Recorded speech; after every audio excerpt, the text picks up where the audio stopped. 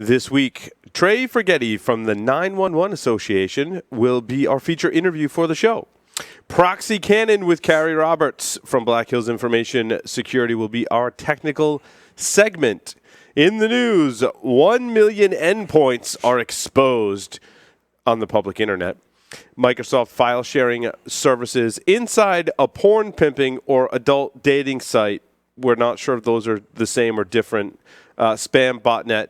WikiLeaks is in the news. Wireless hacking systems used by the CIA.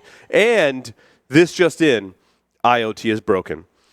All that and so much more on this episode of Paul's Security Weekly. This is Security Weekly. For security professionals, by security professionals. Broadcasting live from G-Unit Studios in Rhode Island, it's the show where exploits run wild, packets aren't the only things getting sniffed, and the cocktails flow steady. It's Paul's Security Weekly.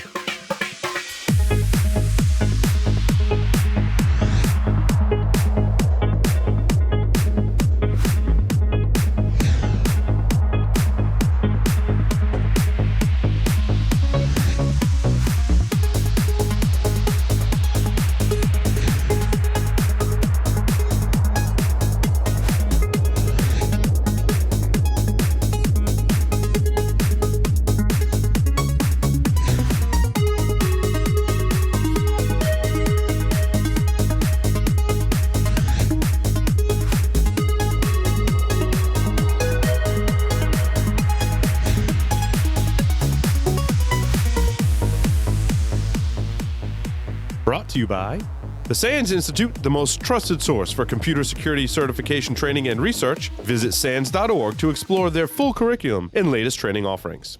Gain control of cyber risk with Tenable.io, the first vulnerability management platform built for today's elastic assets like cloud, containers, and web apps. Discover a fresh, asset-based approach that prioritizes vulnerabilities while seamlessly integrating into your environment. And improve ROI with the first elastic licensing approach based on assets, not IP addresses. Tenable.io delivers the data and context you need to secure your elastic attack surface. Start your free Tenable.io trial today by visiting Tenable.io. Onapsis is the leading provider of solutions to protect ERP systems from cyber attacks. Customers can secure their SAP and Oracle business-critical platforms from espionage, sabotage, and financial fraud risks. Visit them on the web at onapsis.com. And welcome to the show. I'd like to introduce you to our host, who's apparently getting his ears blown off because he said his headphones weren't loud enough. Speaking of open endpoints, Paul Asadorian. Welcome, everyone, to this edition of Paul's Security Weekly. This is episode 518, and as Larry said, I am your host, Paul Asadorian. Very excited to be here in studio for this fabulous episode. Mr. Larry Pesce is here with me in studio. Welcome, Larry. Yay. What's going on? Oh, it's been a crazy couple weeks. It's just me and you in studio, man. Yeah. Like no one on the lines via Skype except for our guests. Like old times. Like old times. We're gonna rock this. Yeah. We always do. We always do. So what was I going to say? Oh, so I put a call out on Twitter and Facebook. I don't know if you saw that. The response was probably like the most responses I've ever had when I put a call out. Nice. Now, there's lots of reasons why we put a call out. Yep. Sometimes I only saw the one on Facebook, but I didn't see the one on Twitter. So sometimes guests cancel at the last minute. Yep. Sometimes there's miscommunication. Sometimes we just drop the. Sometimes we just flat out don't have a guest for whatever the case may be. Just scheduling. That's why. Yep. And so this week we didn't have a guest, and lots of people. I'm still getting like text messages, like every possible way you could reach me. Someone has tried email, text message, Twitter, Facebook. I'm sure if I checked LinkedIn, someone was probably like, "Hey, I saw on Facebook you were looking for a guest." So if I haven't gotten back to you, I apologize because I've been flooded with messages. I will get back to you. We will. Everyone that said they want to be a guest, we will certainly try to work into our schedule. So if I haven't contacted you yet, I will. I promise. So a couple of quick announcements. ITPro.tv's courses now include Computer Hacking Forensic Investigator V9, Kali Linux, CompTIA A+ 901, and Accelerated CompTIA Security Plus. Premium annual memberships include all video content as well as access to virtual labs and Q&A forums. For a limited time, special discount for our listeners. Normally it's $85.70 a month. I don't know why that's not in there. Or $857 per year. And I do have that memorized, which is good. But because you're a Security Weekly listener or viewer, for a limited time, you get 30% off monthly membership for the lifetime of your active subscription using the discount code SW30. So go do that. Alrighty. Well, that was it for the announcements. We're going to jump into our interview, and out of the flood of stuff that I got, I chose our guest for this evening pretty early on because I thought the topic was interesting. It's something we haven't really covered, certainly had an expert as much as we're not experts, I guess. Trey Forgety is the Director of Government Affairs, in Information Security Issues at NENA, the 911 Association. Whoa. Trey, welcome to the show. Thanks, Paul. It's good to be here. Excuse me. I'm just dying over here. It's fine. You're right there. It's all good. I mean, was the title overwhelming? It was very... Because it certainly was to me. Trey, you're so overwhelming. I can't contain myself right now. Thank you for responding to the call on Twitter and for agreeing to be on the show. And like I said, I thought this was an interesting topic about security issues as it relates. Now, can I say emergency services, or does it go beyond that? So for my organization, we're actually in primarily the 911 space. So we handle the inbound calls. If you call us in an emergency, we're the folks that answer your 911 calls, locally and state-based in some cases throughout the U.S. and Canada. It does extend, though, the public safety domain to police, fire, EMS, and even emergency management. So kind of all of the above. Very nice. So, Trey, how did you get started in information security? I know you were a physicist, a lawyer, a sailor, and an inveterate tinkerer. So background-wise, I built a few RF amplifiers in college, just working on some laser testing. And the result of that was that when I became a presidential management fellow, there were some folks from Homeland Security hanging around, and I was the only person that walked through the door who had ever held a land mobile radio. And so it was kind of like you're hired on the spot because you're the only person that knows anything about that. So it was a room full of lawyers. So that, to find the one technical guy, I guess they were pleased with. Anyhow, I did that for a couple of years and then shifted over to the 911 side in association land and got into the security piece because my association got concerned about a panel at DEF CON. There were some guys doing something about, hacking 911. And so they said, quick, get on a plane, go see what that's about. And, I'd been kind of a script kiddie back in the 90s, and then this was just kind of a cool opportunity to jump back in. And not be a script kiddie. Right. So Trey, talk a little bit about the 911 Association. So, how does the system work at a high level in terms of, is every state and local agency, is there, a central organization to manage it? And, what does that management look like? There's a quote from Marvin the robot that I like. It's, I can tell you the answer, but you're not going to like it. And that's very true when it comes to 911 systems, because the answer is they're actually all sort of hyper-local. They basically got rolled out as the telephone network was maturing. So 911 started in 1968, and we're still using a lot of that same infrastructure. 911 is not a world of Ethernet switches and fiber and routers. It's a world of Class 5 telephone switches and ancient databases that live on some, VMS system somewhere.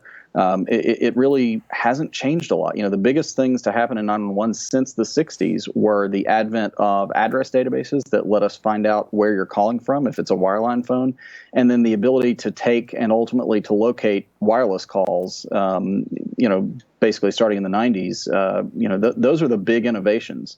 A lot of the underlying infrastructure is still just that.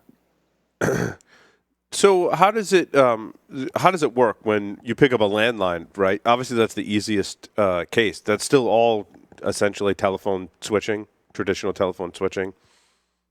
Yeah, so when you pick up a landline and you call 911, the central office switch that you're attached to does a couple of things. First, it takes your telephone number. It looks that up in what's called a selective routing database. That tells it an emergency service number, which is kind of an identifier for the zone, the part of town that you're in. Mm-hmm. This was a way back when databases were horribly expensive things that you didn't want to have tons of entries in because the computers were expensive. It was a way to cut down the number of entries in a database that you had to search. So the ESNs might have 10,000 numbers that go to one ESN, and then that ESN points to a fake telephone number that you can't even dial, that tells the switch, okay, this is where we should send this 911 call, which 911 center should we send it to? And then it gets sent out over a set of TDM trunks, and those are sometimes CAMA trunks, and sometimes they're like MF signaling. In the best case scenario, where you've got some more advanced folks, you might have SIP-based trunking, but that's pretty rare still. I gotcha. So that's basically how it knows, like, when I pick up the phone, dial 911 to go to my local police station.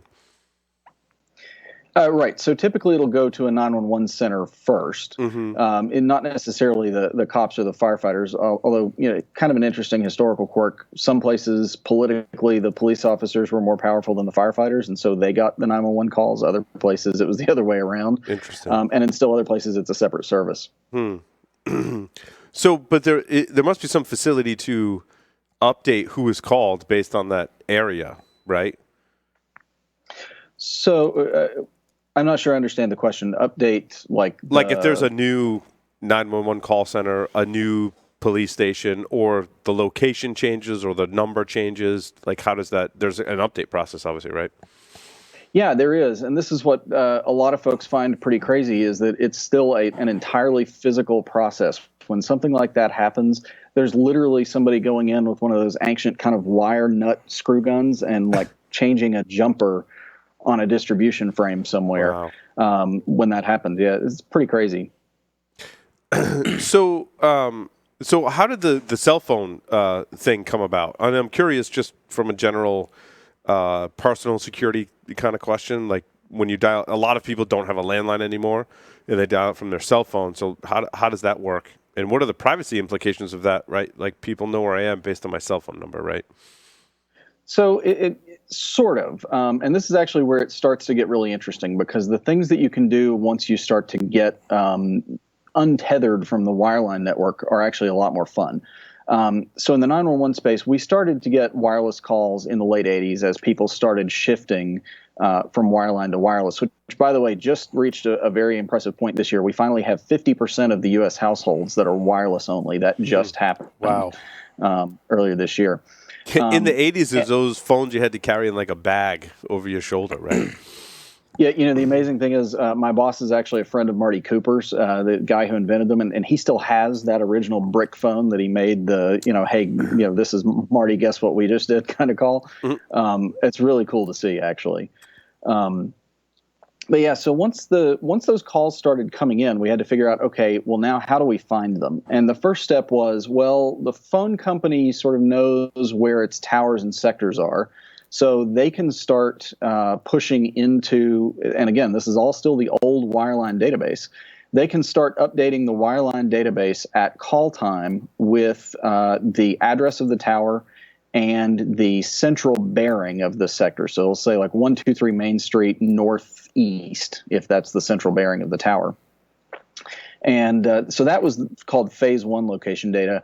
It wasn't until much later, 94 and forward, basically, so the early 2000s, really, that we started getting phase two data where we could get your latitude and longitude within 100 to 300 meters, basically. Gotcha. So, and you asked about privacy. So that only happens when you call 911. It can't be turned on otherwise. Gotcha. So when you first started hearing about people hacking the 911 system, what did those initial attacks look like, and how have they progressed over time? So the first real attacks that we saw after folks started theorizing about how you could potentially attack a 911 system, the first real attacks, like most, are denial of service attacks. We've seen what we call TDOS attacks, telephone denial of service attacks, where folks just generate enough SIP invites in some cases to overwhelm the TDM stuff that's sitting on the other side of the gateway. We've also seen one TDOS attack that I'm going to be talking about at DEF CON this year that originated from a tweet and an iOS vulnerability. So that's kind of big and new for us. And then the other thing that we're seeing is a huge amount of ransomware. Being in the public sector, 911 centers don't have huge security staffs. They don't have huge security budgets, and they're vulnerable. They've got stuff sitting out there behind one basic firewall, and they're soft targets for extortion. And that's because the 911 centers are pretty much all mostly independent organizations. Is that correct? Yeah, they're usually part of a police or fire organization. Some cases they're independent, but they're all part of basically municipal governments. Right. Hence the lack of security. So what are some, other than denial of service, what are there other types of attacks or more interesting ways to do denial of service? And have you ever seen that used in conjunction with some other crime in the physical world, for example? So we haven't seen that yet, fortunately. I think in a perverse sort of way, the legacy infrastructure we live behind has really protected us because, the worst thing you can do to a telephone is make it ring. And the tools for dealing with that in terms of reputation scoring and call blocking and so forth are only just starting to develop, but they are developing pretty quickly. The nightmare scenario for us is somebody finds another iOS or Android vulnerability and gains the ability to geo-target a denial of service attack. If that happens, and especially if it happens in concert with a kinetic attack, we're in real trouble. Yeah, because you really have no way to do like denial of service mitigation at that point, right? I mean, while the legacy gear protects you, it also kind of hinders you in such a way that it's like analog, sort of, not analog, but gear that doesn't have those capabilities to dynamically detect an attack and put some kind of mitigation in place on the fly.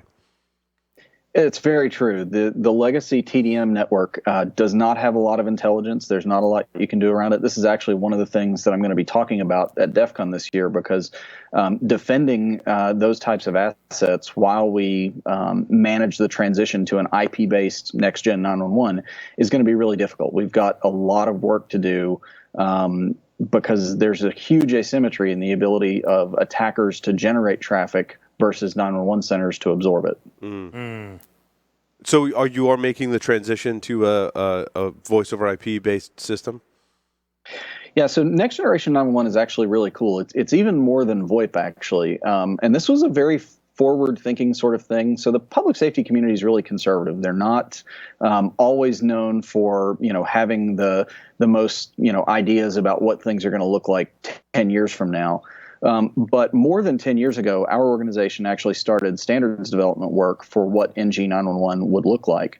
And when they did, they said, well, look, it's not just going to be voice. It also ought to be video and pictures and data and real-time text and all the sorts of things that consumers were just starting to use in those days, and then really after 2007 started to adopt massively. So all that sort of stuff we'll be ready to take once we make this transition.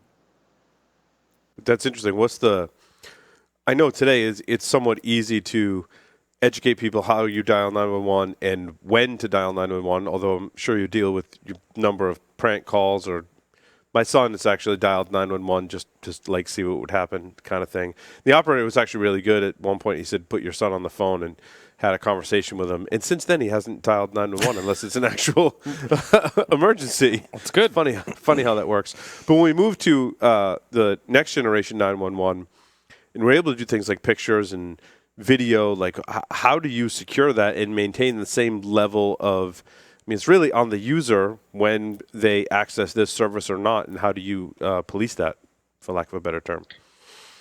Yeah, so that's a big part of the transition, actually, is making sure that we can do things like that in a secure way. And so we really have security baked into the standards. I like to tell a little story. When our organization did its primary standards work on next generation 911 security, it's a document called NGSec.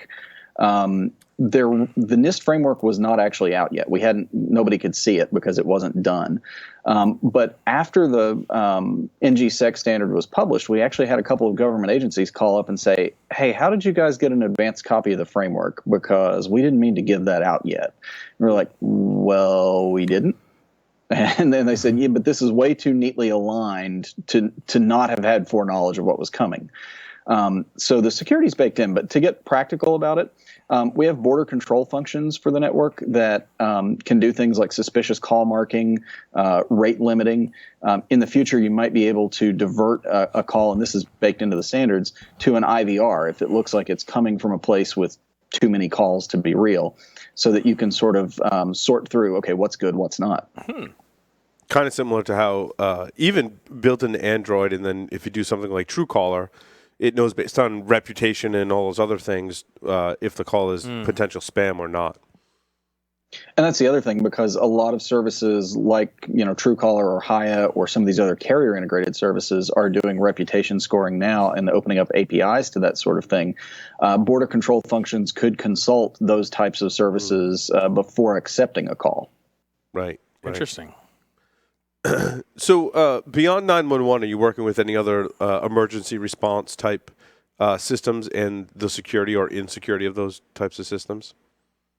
So because the 911 Center is kind of the hub around which a public safety response is built, we do work very closely with police, fire, and EMS, and even emergency management agencies.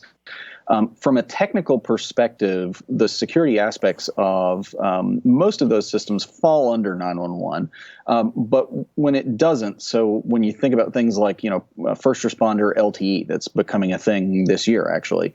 I'm our organization's member of something called the Public Safety Advisory Committee to FirstNet, which is the sort of semi-private public safety LTE network on some special spectrum that AT&T is building.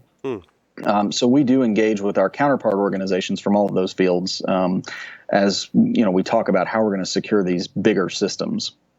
Well, sure, because part of the communications chain obviously is someone calls 911. The 911 operator then needs to talk to local police or fire or emergency responders. Right. What is that? Is that communication different in all of the municipalities? I would love to tell you that it is not, but the reality is there's a huge amount of spectrum that's given over to public safety, and it's not consistent nationwide.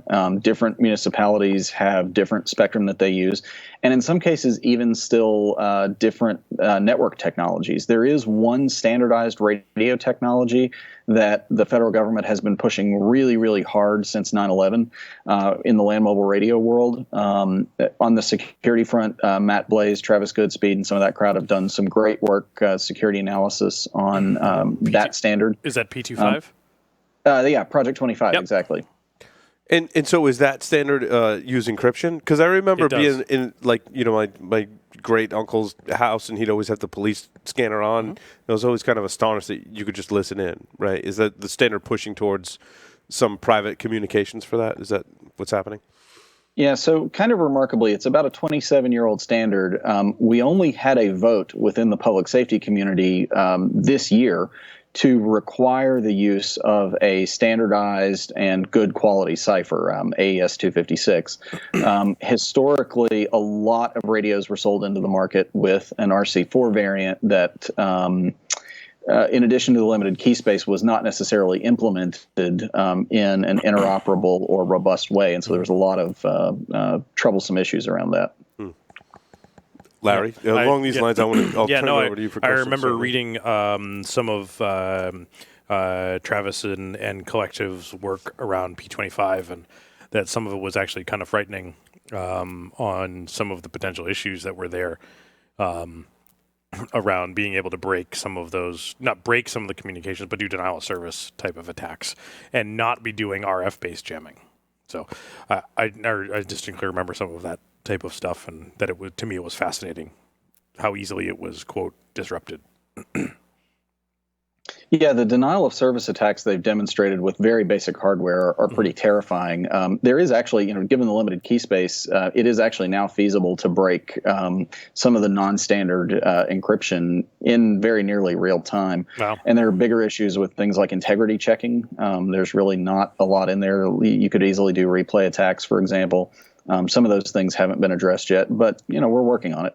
Yep. And as you mentioned, P25 was Project 25 was what, 27 years old, or was that something else? It's 27 years old now. Okay. Yeah, it started back in the 80s. Yep, and so what prevents one of those protocols shows its age when you don't think about the future, about what types of tools will be out. Mm-hmm. Well, and what about communicating on those frequencies? What measures are there to prevent someone from essentially transmitting on those frequencies?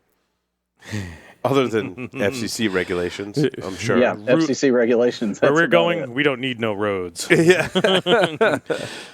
Yeah, the FCC prevents you from doing that. I gotcha. Also, some of the hardware manufacturers for the radios as well, they will only sell specifically tuned radios for certain frequencies to specific agencies. I gotcha. And if you have to be able to prove that you work for said agencies. Now, that said, this day and age, software-defined radio, those things are, quote, hackable. They have firmware.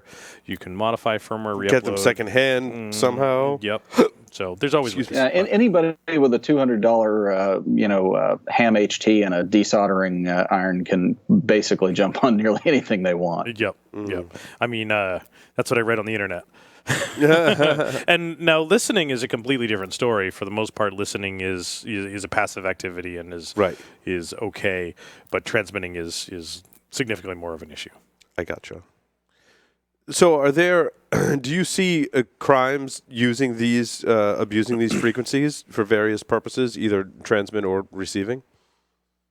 So I'm really not the best person to ask about that because I'm not necessarily so much in the radio world. But what I will say is most criminal enterprises, unless they're state actors for some reason, are not all that sophisticated, surprisingly so. Most folks that are in something like this are in it for the money, and so they're going after the easy kill ransomware type attack. Got it. In order to so what we discussed so far, Trey, is that technology is moving forward. However, there are a lot of state and local law enforcement agencies that have to adopt the new 911 standard, as well as provide some level of security and integrity and privacy of their communication networks within their local law enforcement. How is that all going to happen with traditionally, being underfunded and not being adopters of new technology that we have in our local state and government agencies?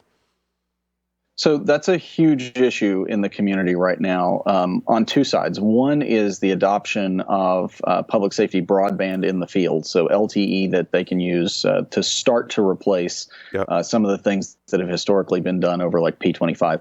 The good news with that is that with FirstNet rolling out, all of the capital expenditure that, where they've historically had to build up tens of millions of dollars in fund balances to go out and procure a big new land mobile radio system, all of that's going to go away. And basically, instead, they're going to just pay a monthly user fee, just like you do a cell phone bill.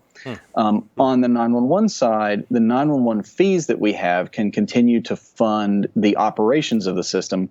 But like they needed a big capital expenditure by the federal government for FirstNet, we're going to need something similar for NG911. on the order of $10 billion, basically, because it's a life critical system. You can't just turn off the old one while you plug in the new one. You have to have both up and running for a while you test and verify, validate, get everything up and running, and make sure it's going to be stable. Mm. Other than the cell phone or smartphone and application hacking, what are some of your primary concerns security-wise with any of these emergency response systems?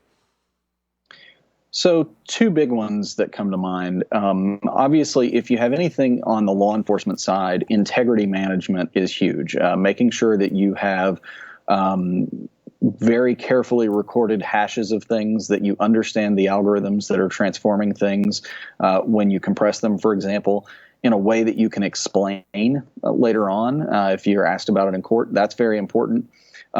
Making sure that when we do accept video and photographs and other sorts of file traffic through 911, that we're careful about how we do that and we don't let it come into contact with protected systems. Those are hard problems, but they're problems that the industry is working with. Those are probably the two biggest ones. So Trey, the 911 calls are typically admissible in court. Do you have to maintain like a chain of evidence of that stuff? And then what does that look like when we start doing video? Yeah, that's exactly right. So we have to start doing things like, embedding time codes and hashes. We have to do things like protecting the chain of custody of the underlying physical storage medium, or taking steps to use sort of certified cloud storage that we're allowed to use for that kind of purpose. These are issues that we're really sorting through right now as we start to deploy these systems. Is how do we do logging and recording when it might be used as evidence? Are all 911 calls recorded today? They should be. Good answer. Good answer. I don't know of any center that doesn't record them by default. That's not to say that there's not some rural PSAP out there, public safety answering point, that doesn't have the facility for that, but it would be very unusual if they didn't. I gotcha. Yeah, it is really interesting. Yeah, Trey. So Trey, taking a little bit of a different switch. Many years ago on this podcast, and I've done a lot of wireless stuff. We saw an initiative, and I saw an article that there was something proposed in Europe. Not too far after 911, when the cellular networks and all of those networks were overloaded. Just nobody could use them, including public safety, when they were trying to use that for some quote backups and those types of things. So there was some discussion about coming up with alternatives and backups, and it now sounds like we've got some public safety LTE coming in for some broadband type thing. Are there any sort of other things on the plate, given that one of the ones that was proposed there would be that if a first responder showed up in an environment that they couldn't get their connectivity, especially in a metropolitan area where something big was happening, they could essentially use some Wi-Fi gear to send out, quote, a magic packet that would trigger all of the wireless access points in its proximity to change its configuration to turn them into mesh networks, and could use back-end internet backhaul. I thought that was pretty novel, but then of course what I want to do is find the quote magic packet. So thinking about some of those, are there thoughts about proposed for backups to say the LTE stuff for the emergency services folks? So there's a couple of interesting things that are happening. The near-term thing, and this is actually kind of a cool feature of the way the LTE stuff is going to get deployed. Even though we do have 20 megahertz of like beachfront 700 megahertz spectrum that public safety is kind of a primary LTE user on, the underlying network that they are going to have access to is AT&T's. And so in some markets, they'll actually have more than 100, up to even 245 megahertz of spectrum, all the way from 600 up to 2300 megahertz. That'll be available. So in terms of just network availability, it's going to be massively better just on an RF basis starting out. There is some spectrum set aside at 4.9 gigahertz for potential public safety Wi-Fi-like services. Yep. The magic packet thing, I think, for exactly the reason you identified, sort of seems to have died a welcome death. Yep. Very good. Very good. But yeah, it's good to hear that there's plenty of quote RF bandwidth available. And then my question starts to become about reliance on some of those types of networks. Is that how long and haven't been in the situations where you and I have been through a hurricane and been without power for 4 or 5 days. What does the uptime look like for some of the support on some of those towers? So it's finite. Yeah, you mean in the zombie apocalypse, Larry? I mean, just saying. In a post-apocalyptic world where there's no power. Yeah, that's the world that our folks get paid to worry about all the time. Though. Yeah. The SLA for FirstNet's going to be 4 nines, so that's less than an hour of downtime in a year. Wow. In any given location. But yeah, I mean, we worry about that. We worry about, okay, if that goes bad, what do we do for deployables? How do we get cell on wheels, cell on light truck? There's even a lot of talk about aerostats. We're going to put up balloons to restore service quickly. Those are all real things. Awesome.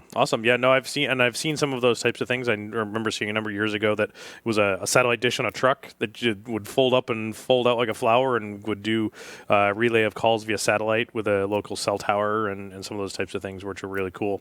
And a buddy of mine in Florida, hurricane area, would deploy his ham radio antenna via balloon because he couldn't have a tower because it would get blown down. Anytime you want to use it, you have to throw the balloon up and it would take the antenna up with him. So very cool. Very cool. Nice. Trey, you have not been on Security Weekly before, which means you get to answer the 5 questions with Security Weekly. Are you, in fact, ready for that? I'm not sure. Okay, that's good. Take a no shot. one's truly ready You're for never 5 ready. questions. You're never ready. Trey, 3 words to describe yourself.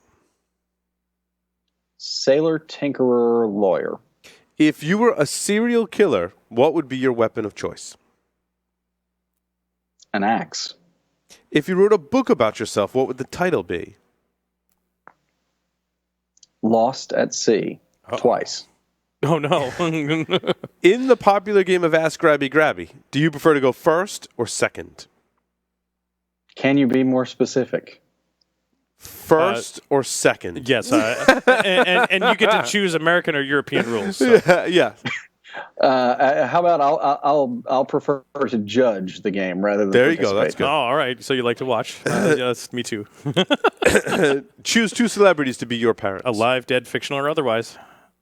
Ooh, Sherlock Holmes and Hedy Lamarr. Oh, very nice. Wow. I will also say that I believe this is the first time anyone has ever picked a fictional character to be their celebrity parent. Could be. I have to check the tape. Yeah. Or we'll get the MP4s. We'll get the production staff to do that, right? In all their spare time. And Trey, you will be speaking at DEF CON 25 this year. It is DEF CON 25, right? Yep. Okay. DEF CON Yes, 25. it is. I thought it was canceled, though. It's always canceled. I did hear DEF CON was canceled. I yes. did. I heard that too. In your talk, what is the title of your talk? It's inside the Meet Decide attack, defending distributed targets from distributed attacks. Awesome. Well, we'll see you at DEF CON, Trey. Thank you very much for appearing on the show on short notice. It was wonderful having you. My pleasure. Thanks. With that, we're going to take a short break, come back, get Carrie Roberts on to talk about ProxyCannon. Stay tuned.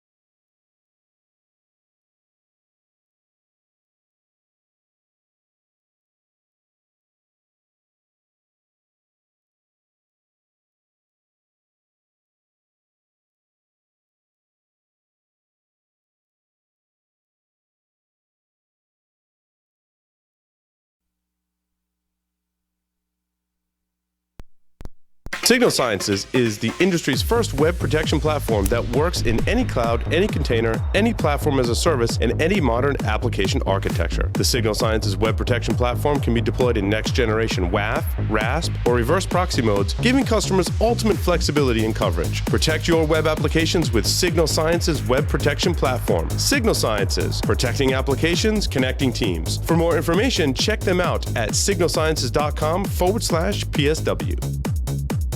The average time between being hacked and realizing you've been hacked is 1 year. Can you afford to let an intruder roam your network for that long? Can your company weather the fallout when this comes to light? Black Hills Information Security can find the bad guys in your network and train you to do it yourself. Email consulting@blackhillsinfosec.com to find out how a hunt teaming engagement can help you find a persistent threat in your network. Has your network been breached? Cybereason can help you answer this question. Cybereason products hunt for threats within your network and eliminate them in real time. To Cybereason, real time means within seconds. Founded by former military hackers who don't play by the rules, they've built this experience into their platform. Harness ingenuity and imagination, not just code, to defeat attackers. Cybereason, disrupt the adversary and let the hunt begin. Welcome back, everyone, to Paul's Security Weekly. Quick announcement before we dip into this technical segment. The first B-Sides in Uganda is B-Sides Kampala, being held on October 14th and 15th. The CFP is open until July 15th. Some topics include network and web application security, innovative attack and defense strategies, malware analysis, biometrics, and evolutionary computing. Stay tuned. I just heard from one of the... That's all I had. There's more to that. I just heard from one of the organizers that they may have to be postponing the con a little bit. Oh, really? But I'm not sure. So don't hold me to that. Still submit your CFP, though. Absolutely. bsideskampala.com. Okay. So, when I think of the term security ninja, security rock star, I think of Carrie Roberts. I don't know about you, Larry. Carrie is most certainly security ninja. Your skills are very scary, Carrie, actually. Having some insight into some of the mailing lists internal to BHIS, I'm like, wow, like I don't want to be on the other side of that penetration test if it's Carrie. So, Carrie, welcome to the show. Thank you, Paul. So, Carrie, you write some wonderful articles for Black Hills Information Security. Amongst other things. And you're here today to tell us about ProxyCannon. So what I want to know first, Carrie, is what problem were you trying to solve with ProxyCannon? Okay, I was trying to be stealthy. I was on a red team where you try to be a little more real life than pen test, where you just blast people and get the information you need and get out and write a report. So I had some time and I wanted to do an attack and I didn't want it to get noticed. So I was looking for a solution that would hide the source of my attack and even rotate through different IP addresses so it would go less noticed instead of a bunch of traffic coming from one IP that might be noticed. I wanted to divvy that out amongst a bunch of IPs and have that go unnoticed. Very nice. Now, did you write ProxyCannon, or is this something publicly? No, this is from the folks at Shell Intel. Hans over at Shell Intel had this available on GitHub for freely downloaded, and I gave it a shot, and it did the job for me. Excellent. So now, you don't just need that. I'm assuming you need an Amazon AWS account as well to pull this attack off. Is that correct? Yeah, so ProxyCannon is a Python script that just automates the task of launching cloud servers for you, and then launching a new one, shutting down the old one, and routing your traffic to those new instances, and it does that through your Amazon account.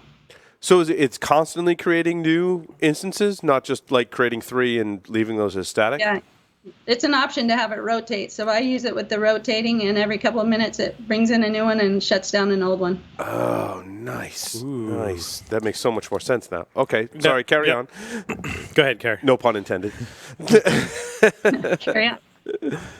Okay, so an example of an attack that I like to do is a password spraying attack, where you have a long list of usernames and you want to guess 1 or 2 passwords for each of them, something that's easily guessed that people commonly use, and you're likely to find one.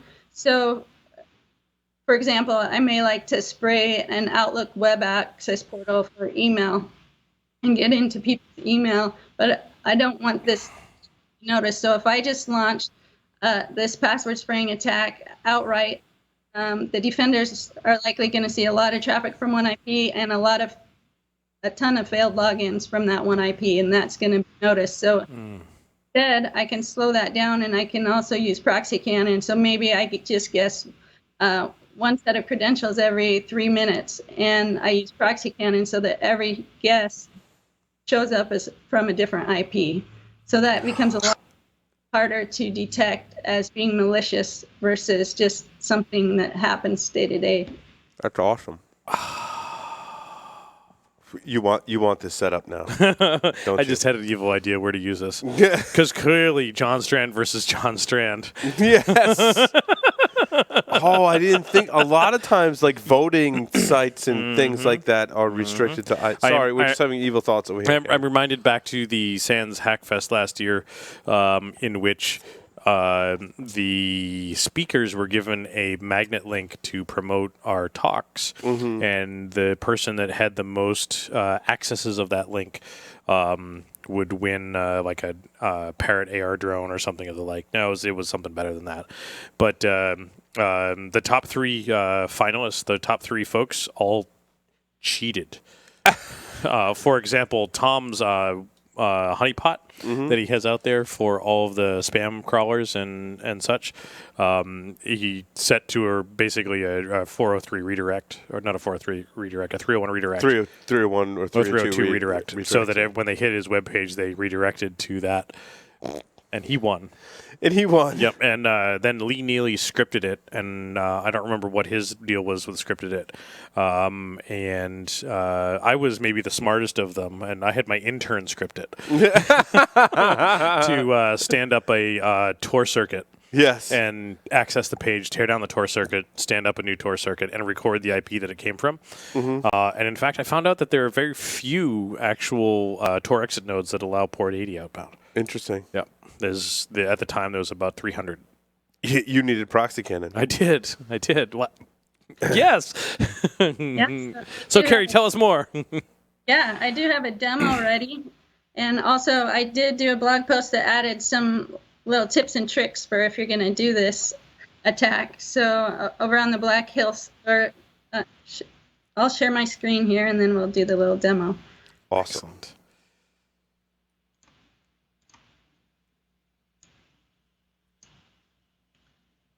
Nice placement. Black Hills Information Security. Yeah, so on the blog post is where you'll want to get more details than I can go over today, but I show a little example starting up ProxyCannon. The -R is what tells it to rotate, and then I start up 3 instances. And I've actually got that going here in live. I've got ProxyCannon running, and you can see that every couple of minutes it replaces one IP with another IP, and it's routing the traffic. So if I were to start a burp, excuse me, on this Kali instance in this VM and run a password spraying attack, all my traffic would route through these IPs. But something that I added on the blog post was how to actually use burp from another machine, because when I do pen testing, I like to run burp from a Windows machine and not from my Kali machine for various reasons. One example is I like to have IE available because some apps require I'm testing, even though I don't like to use that, but sometimes I need to. So I like to have the extra browsers available.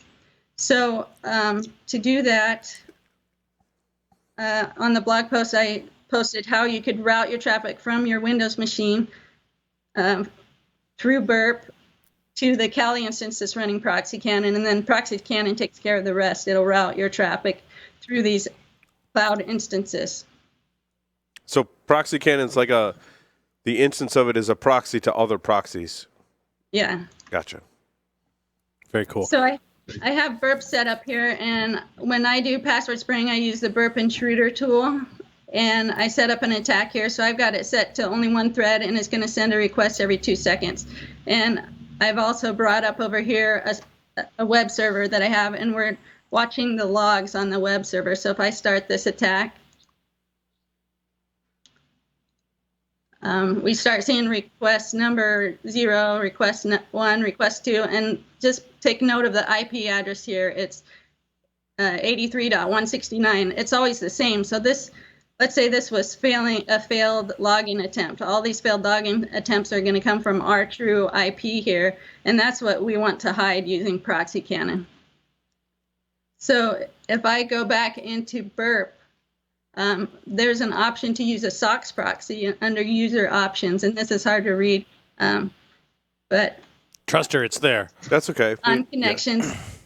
So if we use a SOX proxy, if we set up a SOX proxy and use it, we can point that to ProxyCannon. And so on that blog post, you can see how to set up that SOX proxies. First, you're going to set up dynamic port forwarding, and you can do that with PuTTY on Windows. And all you need to do is go into the SSH tunnels tab and set it up like this. Pick a port that you want to listen to on your local Windows machine and put the ProxyCannon IP address there. Select dynamic and click add, and that's all you need to do to set that up. So we'll do that right now. That's the equivalent of SSH capital D. Yeah. Boom! And a port number. Yes, and the port number. Yeah, not that I've ever used that before. Multi-proxies deep. Yes. Yeah, this is the Linux equivalent of SSH-D. So, I mean, the Windows equivalent. So I'll pick 9876 and do dynamic. And this is the IP where I'm running ProxyCannon. And then just click add, and then we're going to connect there. Then we have to log in. Or if you've already got an existing SSH session. Or I trust the key to, it's how I VPN back into the studio. Yep. And I've just got it like scripted in the config. And there's other flags. Recently I found out there's other flags like run it in the background. Mm-hmm. So you can just run that. I forget what the other flags are. It's on my other computer. But you can also modify an existing SSH connection to add port forwards, including dynamic. Oh, interesting. Wow, you're already connected. So you in your SSH session, it's like ~C, if I remember correctly. And it brings up the interactive SSH shell, and then you can add the SOX proxy, remove SSH port forwards. Back to you, Carrie. Sorry. No problem. So we still have our traffic coming from our true source IP, but if we go over here and we choose to use the SOX proxy we just set up, we'll connect to our Windows machine on port 9876, which is listening, and that's going to forward it to ProxyCannon, which then forwards it onto Amazon instances. So we'll click that, and then suddenly our IP address changes, and it's coming from 191 now, and then .49. So one thing, so it only rotates every couple of minutes. So we're sending a request every 2 seconds. So we're going to see repeating on those 3 instances. So I'll just take you over 1 sec to show you what's going on in Amazon, because this is pretty cool. But if we bring up our Amazon console, our dashboard, we can see running instances. So we've got 3 running instances, and these are the IP addresses, 100, 109, and 245. So if we go back to look where our traffic's coming from 49 and 191. How come that doesn't match up? Oh, I need to refresh it. I'm like, oh no, bad demo. Okay, 49, 191, 235, and that's where these are coming from. So in a couple minutes, it'll rotate out one and put a new one in. So when I'm actually doing this attack, I slow it down in my intruder options, and I do 1 request every 3 minutes, and then I just let that run around the clock. The last time I did it, I ran it for a month before the engagement started, and oh god, and just gathered credentials very quietly and slowly. Every credential attempt was from a new IP address, and that didn't get noticed. Oh, that's brilliant! Wow, that's awesome. So, Carrie, this wouldn't be something you'd normally use on, say, an active web application pen test, especially where cookies are involved that are tied to a specific IP address and based on sessions, correct?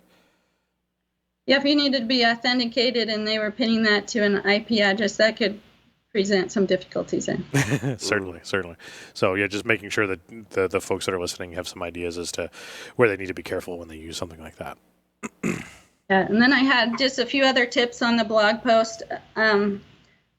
If ProxyCannon has an issue, it will shut itself down. And in that case, suddenly your traffic starts coming from your true IP again, and your attack may be noticed or your request may be noticed. And to avoid that, I added in a few lines to the code I got from Shell Intel to shut down that SSH SOCKS proxy in the event that ProxyCannon shut itself down. And so that cuts off communication, and you don't reveal your true IP address. And then when you go back to check progress on your password spraying and you see that it has broken down, you can start it back up again. So that's important if you're going to leave this running unattended and not notice if something breaks down. Yep, for like a month prior to an engagement. Yeah. Yeah, and I will note that I have had trouble running this without any issues for long periods of time. I know that I contacted Shell Intel about that, Hans Lacan over there, and he's been working on some improvements, so I'm sure you should watch for that, and it'll be great. And ProxyCannon run is included with Kali Linux? No, it's just a script available on GitHub. I gotcha. It's pretty standard Python libraries? Yep. Okay. Yeah, it was really easy to install. I mean, you download the script and install the library that does the Amazon communication, API communication, and then get an Amazon account, and that's about it. Gotcha. No, these are all using the Amazon micro free. They're the instances. The free T2 micros. Okay. I think is what they're called. T1 or T2 micros, whichever the smallest one available is. That's awesome. Yeah, T2 Nano actually. Yep, and this may be outside of your knowledge, but given that you ran it for a month already, Amazon doesn't restrict the number of instances, and you can spool up and spool down in any given time frame. Everybody starts out with a limit of 20, and if you want more, you can apply for that. Okay. And of course, Amazon will take your money for anything, so you could probably pay to be able to do more of those. So the free ones are totally free, bandwidth in and out, CPU, storage, compute? For a limited period of time, yes. Okay. I gotcha, for a limited period of time. Yep. So you can tear it down and build a new one. Yeah. So you can stand up one of those like micro instances, and they're free for like a year, and then you get to start paying for it, and it's still pretty cheap, but nice. And you can only have so many of them, but there's some restrictions, of course. But again, I'm sure you know what, my head's going to like Docker. Like I could spin one up and then run whatever I want, and spin a new one up and redeploy my Docker container to it. Yep, you could be fine. You could. Carrie, thank you so much. That was a fantastic, very useful tip for our listeners. Thank you very much for coming for the first time live. You've been pre-recorded on the show before. For the first time live, Carrie, thank you so much. Wait. So 5 questions? You want to ask 5 questions? Go ahead, Larry. You know what? You do the 5 questions this time. They're right here. Can you see them? Yeah, I can see them. So, Carrie, would you be willing to play 5 questions with Security Weekly? Sure. You could. You don't have a choice.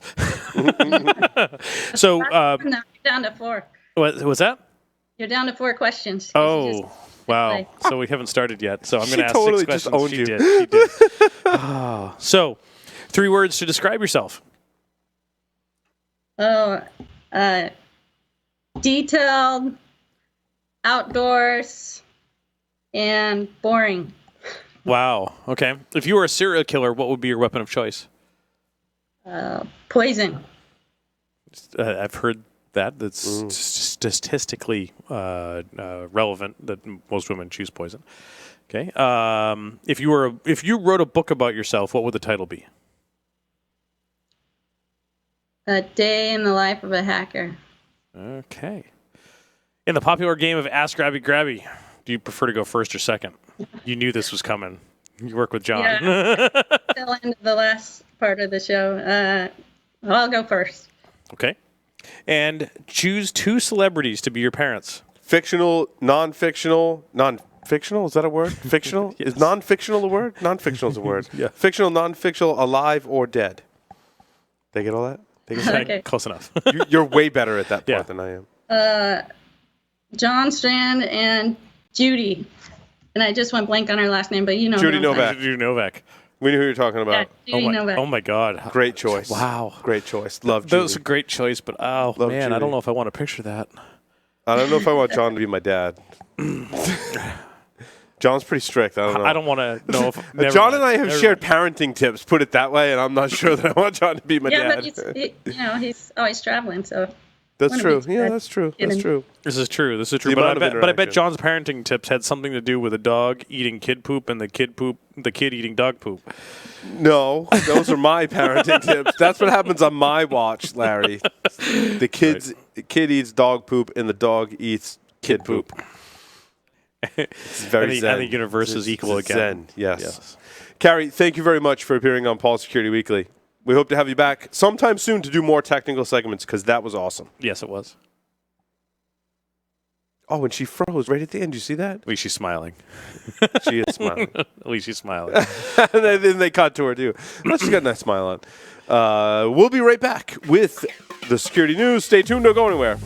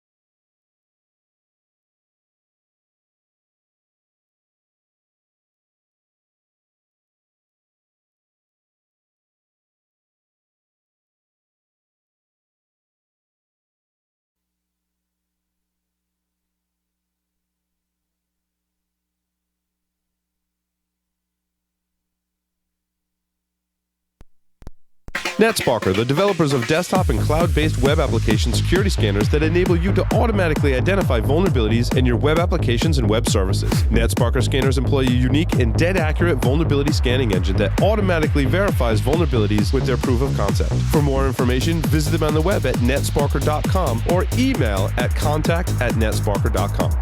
Logarithm's Netmon Freemium delivers real-time network visibility to quickly identify emerging threats in your IT environment. Netmon Freemium is a free commercial-grade network forensics and traffic analytics solution. You can use Netmon Freemium's powerful capabilities to search against all observed network traffic, identify abnormal traffic patterns and application usage, and quickly analyze full packet captures. Take the first step towards real-time network visibility. Visit logarithm.com/freemium to learn more and download it today. Endgame automates the hunt for both known and never-before-seen adversaries in enterprise networks. Built on unique knowledge on the adversary's tools, techniques, and tactics, Endgame's centrally managed agent prevents, detects, and responds to advanced adversaries in the earliest stages of the kill chain without prior knowledge. Endgame, automate the hunt. IT Pro TV, an easy, entertaining approach to online IT training. Stream over 2,000 hours of up-to-date, high-quality video content live and on demand. Premium annual memberships include all video content as well as access to virtual labs and the Q&A forums. You'd pay $85.70 a month or $857 per year, but we have a special offer for our listeners. For a free 7-day trial and 30% off the lifetime of your active subscription, visit itpro.tv/Security Weekly and use the discount code SW30. Welcome back, everyone, to Paul's Security Weekly. This is our security news for this week. Quick announcement, check out Wild West Hackin' Fest, put on by Red Team specialists from Black Hills Information Security. This is the old copy of the ad.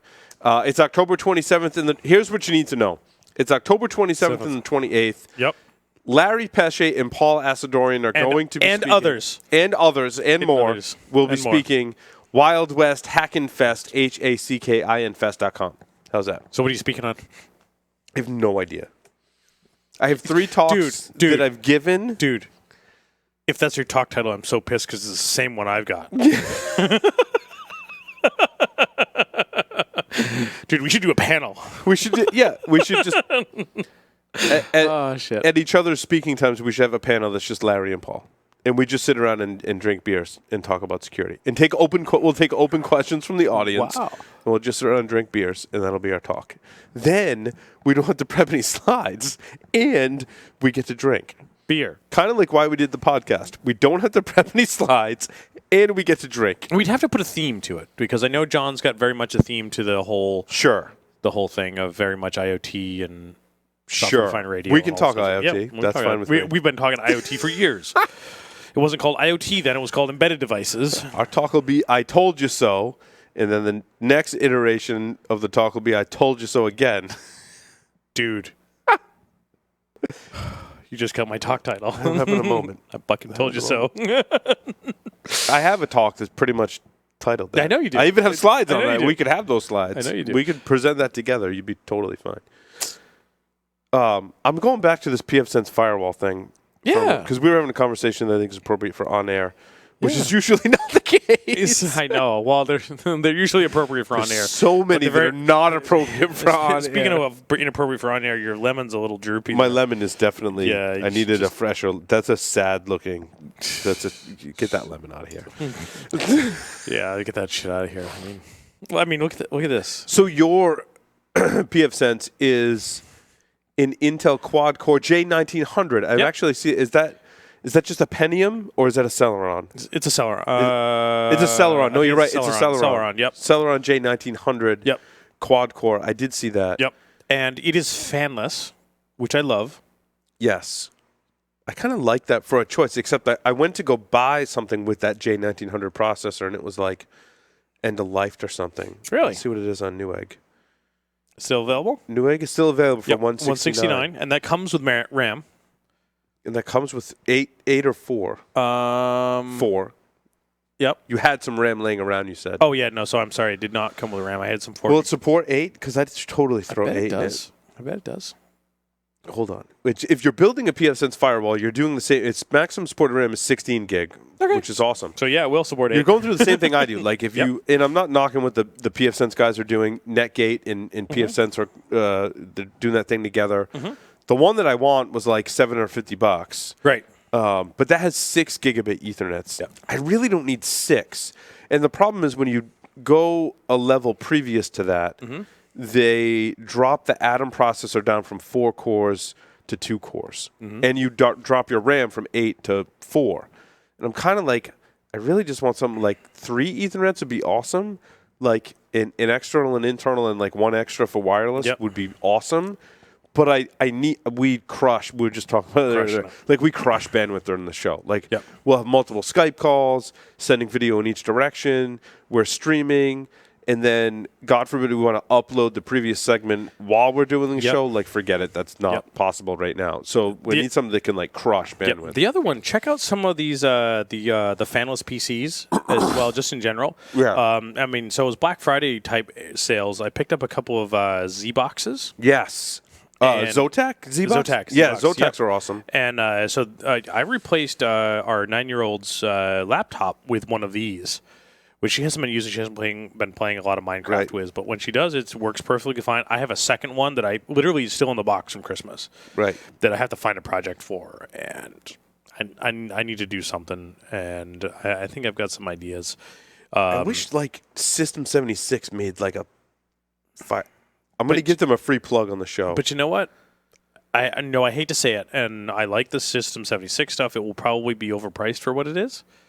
Just like, and I hate to say it, the pfSense stuff. You and I could probably do better, given that we have a little technical acumen and they can build our own stuff. Yeah, I just want something that's going to run like forever. That I don't have to worry about though. Yep. And I feel like if I spend the $750 with pfSense, like I know it's just going to run, and I'm not going to have to ever worry. But probably what we build is probably going to run, and we're probably going to have to worry about it either. Yep. So, for example, mine has been running since 6 months before we've done that article. It was episode 471. The only reason it has rebooted is because of software updates.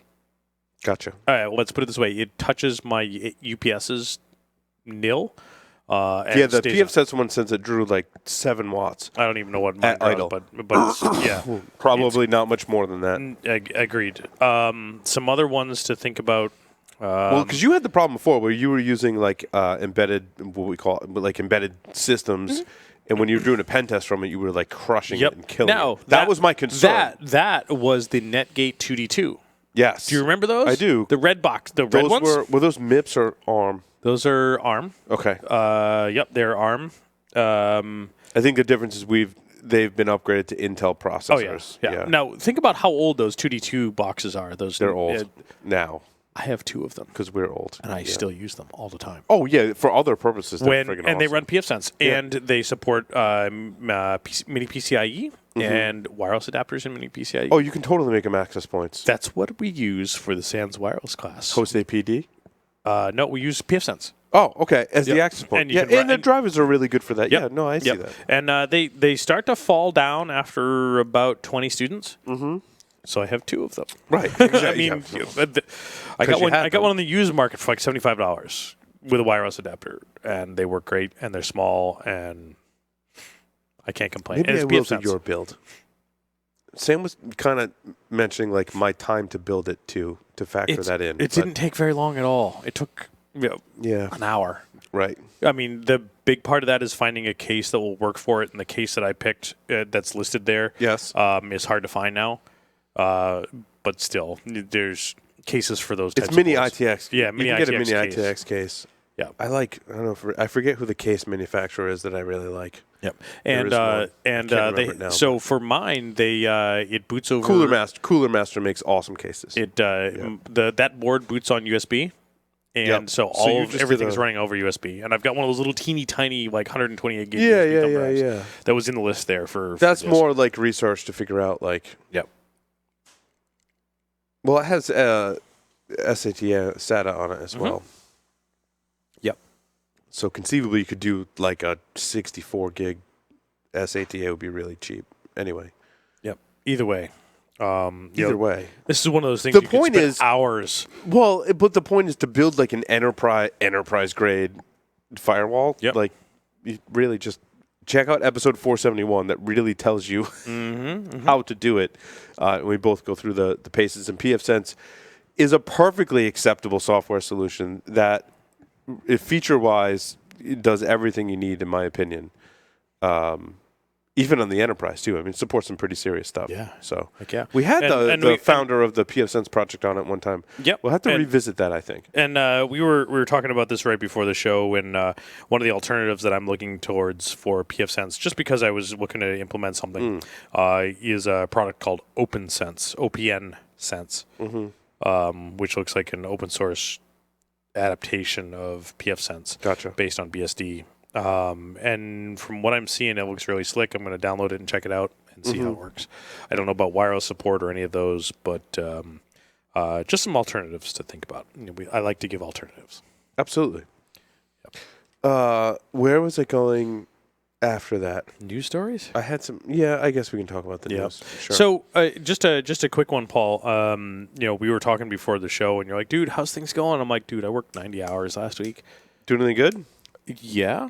As part of that 90 hours, up to this coming Friday, so tomorrow, I had one of those extremely exciting emails for me today between myself and Josh Wright.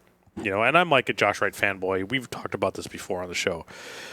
And today, this Friday, we have course updates due to the SANS 617 wireless course.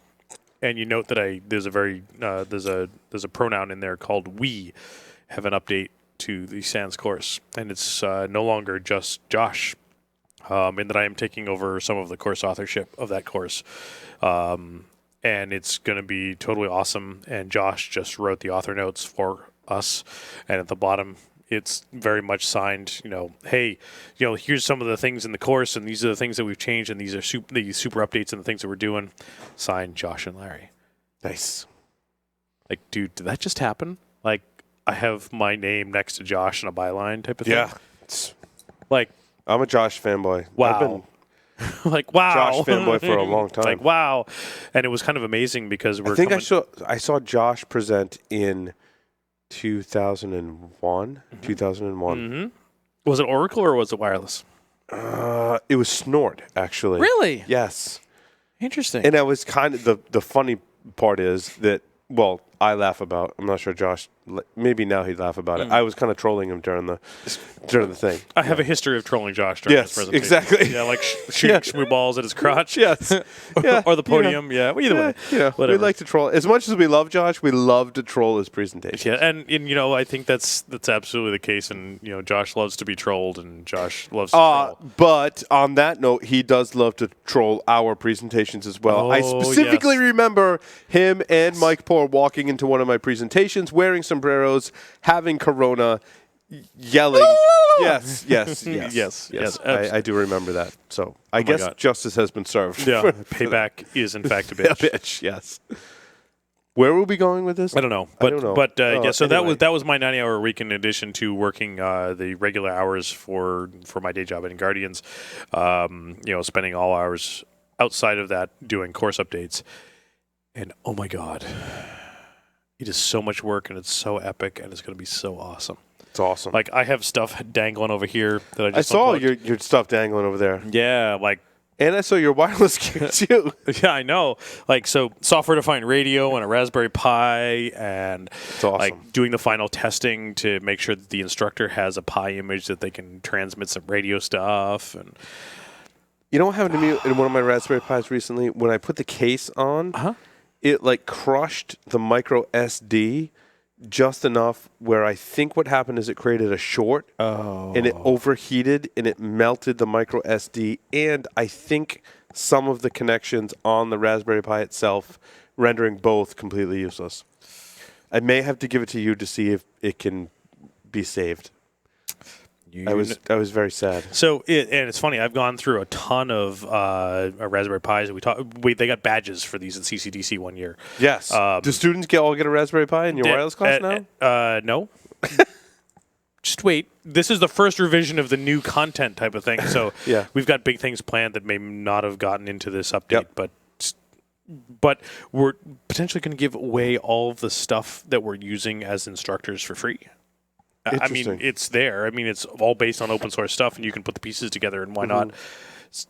So, but as part of that, I've gone through a bunch of revisions of the Pi. The Pi Model B with the full-size SD card, I would put those in checked baggage, and many times what would happen was stuff would get rearranged, or the TSA would go through it, and the full-size SD card would snap out of the holder.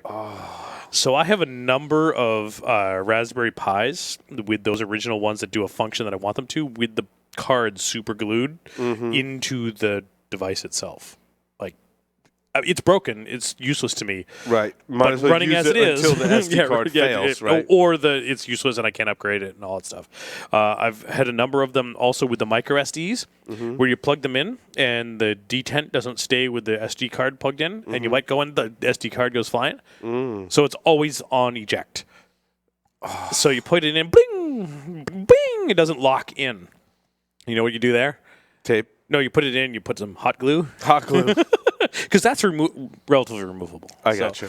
I've fixed them, and those are the devices that sit and do the same thing over and over and over and over and over and over again. Like my ADS-B aircraft beacons in the attic, and my temperature sensors and stuff like that. Right. That you don't care. So Nice. there's always a use for a semi-broken Pi. I gotcha. I'll have to see if you can resurrect mine. Yep. Where do we want to start with stories today? They're all over the place, and they are- were you know, kind you're of weak right. this week. They were. It was interesting.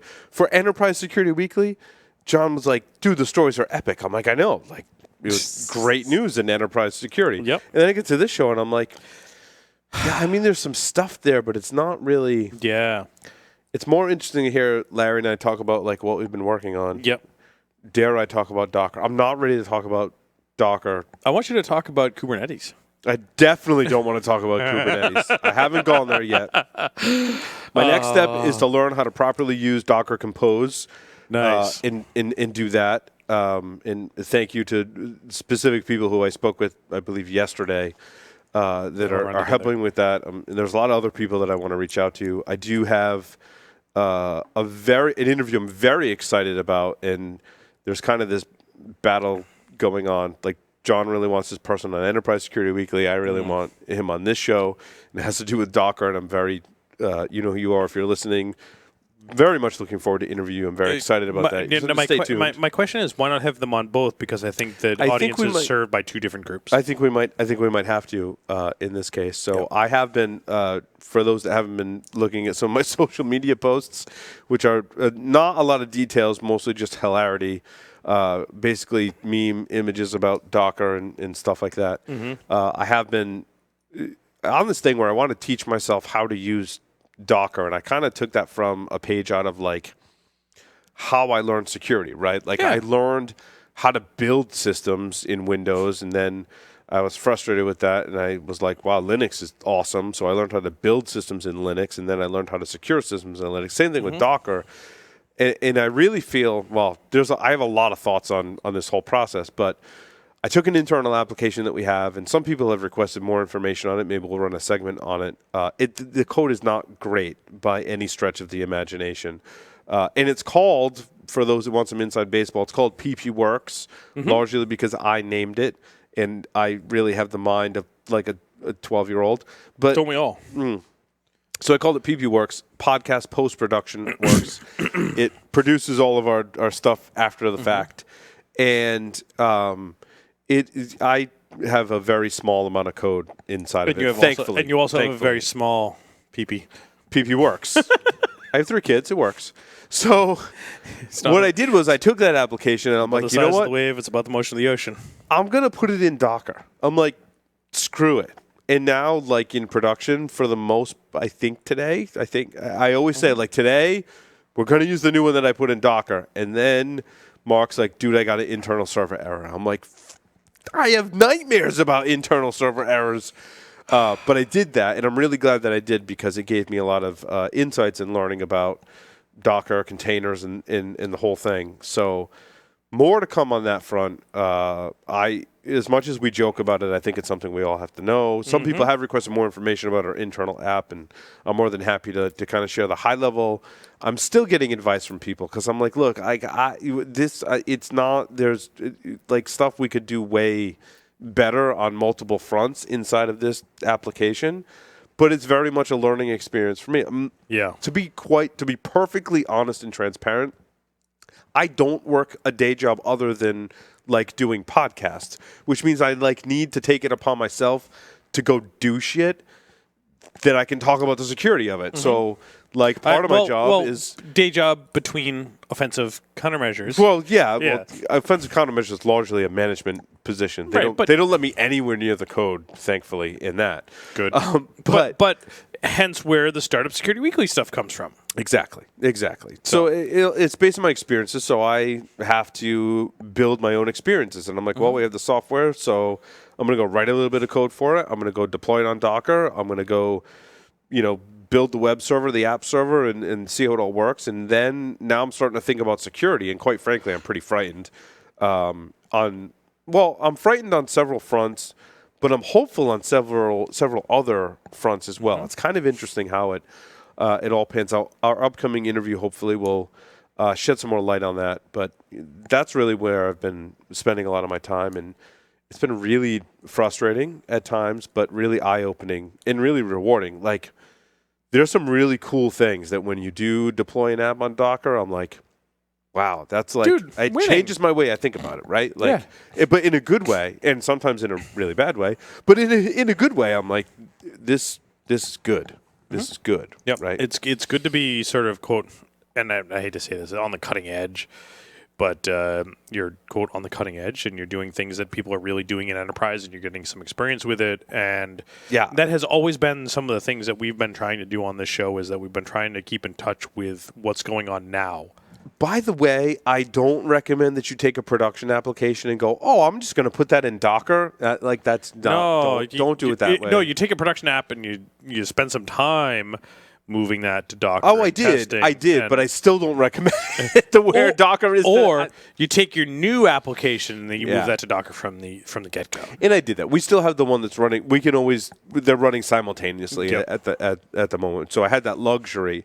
However, I do, after I've done that and understood like what that means and how things are deployed now and how different it is, I look at some of the security projects and I'm like, wow, if we applied like the Docker kind of concept to that, I'm like I was talking about with Carrie's project, I'm like, like taking some of the, and I don't know if there would be enough benefit here, but taking some of the subcomponents of Kali Linux and having them as containers in their own environment means you really get to define the configuration beforehand and basically spin that up and down as much as you want.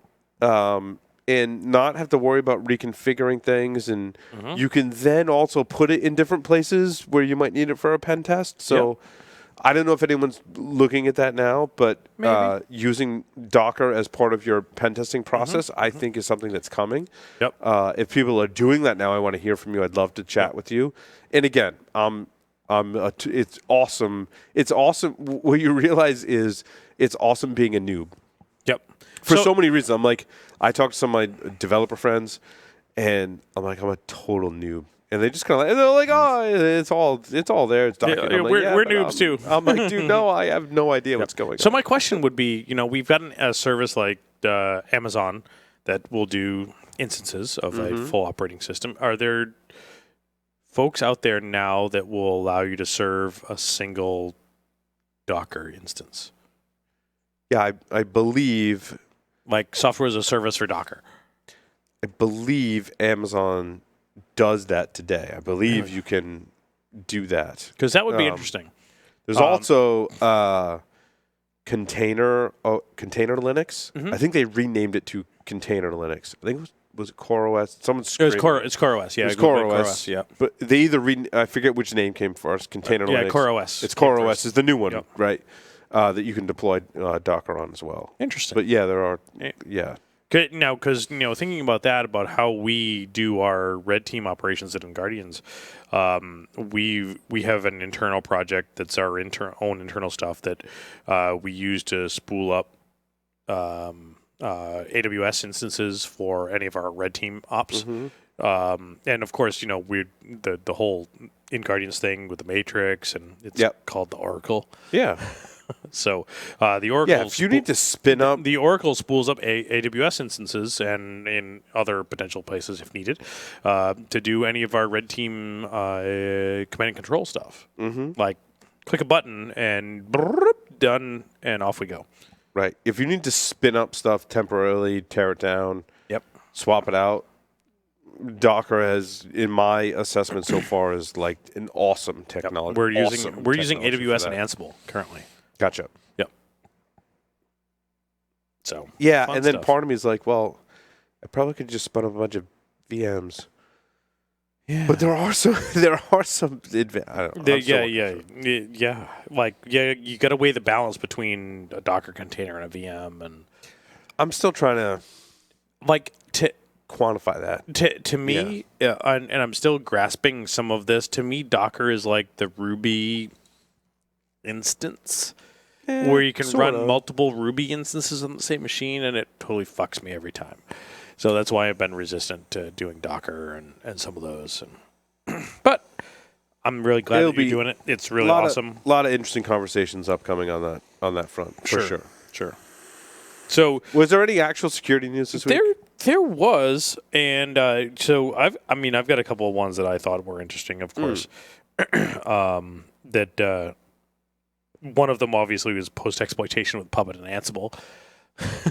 Given that we were using Ansible, I'm like, oh, fuck. And it was very much, what happens when you gain access to a machine that has either Puppet or Ansible on it? What can you do from there? And I thought that was pretty cool. Nice.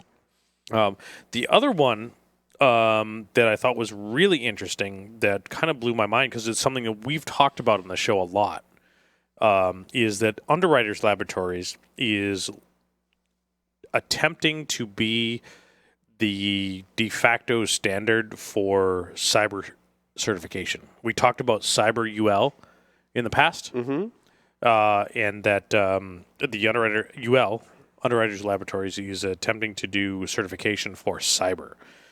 And in fact, if you go, there's a link, and I'll post it in the show notes later. So it's the 2900 series of standard test to evaluate product on the on following criteria: fuzz testing, known vulnerabilities, malware, static source code analysis, static binary analysis, specific security controls for access control, cryptography, remote communications, software updates and decommissioning, pen tests, and risk assessments. I mean, that's based on that language, that seems very, very, very robust. I think we have the potential to, moving forward with IoT devices, to improve the security significantly. Because so many of the problems, as you and I very well know, Larry, are totally fixable things. Yeah. Right? Like embedded default credentials. Yep. Authentication issues above and beyond that in primarily the web application or web management interface. And I think that efforts such as this can really, moving forward, take care of a lot of those issues by getting some standards in there. Yep. The problem is there's already millions of these devices deployed. It makes it hard. And now think about, Underwriters Laboratories, UL. I think about all the devices that I buy that, the UL tag for a long time was ubiquitous. Everything I bought had a UL tag on it, like an extension cord. Had a tag on it that said, this is UL certified. Now I go to Alibaba and I buy shit and it has a UL tag on it and it's counterfeit. Yeah, no, seriously.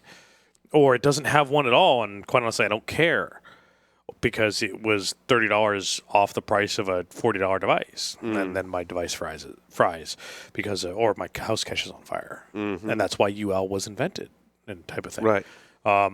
So I think they're doing a really great thing, and I'm going to have to go back and do it because I didn't. But in this article, I'll post a link in the show notes to the actual lookups for the UL for their cyber UL program. There's a huge database of all the folks that are already certified. There's a total of 1 entry. There's one device that is UL certified for cyber. What device is that? I don't even know. it's like it was like a home router with a specific firmware version. Can we go get that and test it and see if there's security bugs in it? Yeah. It'd be pretty funny if there were. It would. But the fact that they actually went through that process and there was some things there, and yeah, I thought that was kind of interesting. Because we've talked about the quote cyber UL and we've talked about the regulation of IoT and where's it going to go? Speaking of security of the internet, there were wait. Security internet. Insecurity of the internet. Yep. 1 million endpoints exposed on the public internet had SMB. What? File sharing port 445. Yeah, Rapid7 did the study. What I find more interesting is if you read through the article, it says that the good news is that more positive findings came from scanning port 23, which is Telnet, of course. Really? Researchers predicted they would see less use of port 23 in 2017. Proved to be true. Really? The Telnet scanned returned nearly 10 million responsive nodes. But get that, 10 million is a 33% drop from the 14.8 million responses in 2016, Larry. How do you like that? Oh, wait, wrong camera, guys. Come on now. People love Telnet. Like, really? Telnet? 10 million nodes of Telnet on the internet. Down 33%. The most exposed nations on the internet. Yep. Zimbabwe. Okay, I get that. Samoa. Okay. Hong Kong. No. Romania. Ireland. I can go on, but it's... The first one was understandable, But given that they're a developing nation. Belgium was the most exposed nation in 2016. Cut the number of exposed services by 250,000 and fell to the top 50. Go Belgium. Yeah. Go Belgium. But now I can understand Zimbabwe that they're a developing nation and those type of things, that they've got some issues. But I mean, they drink a lot of beer in Belgium. Maybe that. But Ireland? Maybe Hong Kong? Drink a lot of beer in Ireland, too. Hong Kong? That I have no explanation for that. Like, what happened to the Great Wall Firewall of China? Really? No, seriously. Any allow. That's what happened. I don't know. So, yes. Do you use a credential mapper? No. CredMap? CredMap? No. Open source tool to bring awareness to the dangers of credential reuse. However, I kind of looked at it as like a pen tester tool, right? Like, yeah, you want to see credential reuse? Go and dump your database in Chrome. Ugh. And there is tools out there that you can do that and see what passwords you use where. Yeah, we talked about this with the VLC thing, right? When they got popped, and yeah, I went and dumped my password manager in Chrome. Yeah, bad security guy. I don't save any passwords in Chrome. Yeah, not anymore. I don't. Bad security guy saving passwords in Chrome and seeing about the reuse and where they were reused. Just use LastPass. I do now. Oh, believe me, I do now. For whatever reason, I never trusted the browser to store my passwords ever. Now, the browser extensions were some of the issues with LastPass. They fixed those very quickly. Yeah. Now, for me, I will store certain passwords with the browser. Like when I'm teaching for SANS, I will store the password for the firewall that we're using for the class in the browser because it's then dump it after you're done. No, well, because it's not really a thing. Like, I could care less. Right. I'll recover that device in 15 minutes. Unless you've used that somewhere else and someone used CredMapper. Yeah, but no, I don't. Exactly. But I don't use that password anywhere else because that's dumb. Right. Right. The password because CredMapper does. What does CredMapper do? But it tests your credentials on other sites. Like you can point one set of credentials at like LinkedIn and Facebook and all that stuff. So where does it determine the sites from? You define that. Okay. top 1,000 sites at Alexa? I'm not sure. Because that would be awesome. It lets you load a list. Criminal username and email password to log in.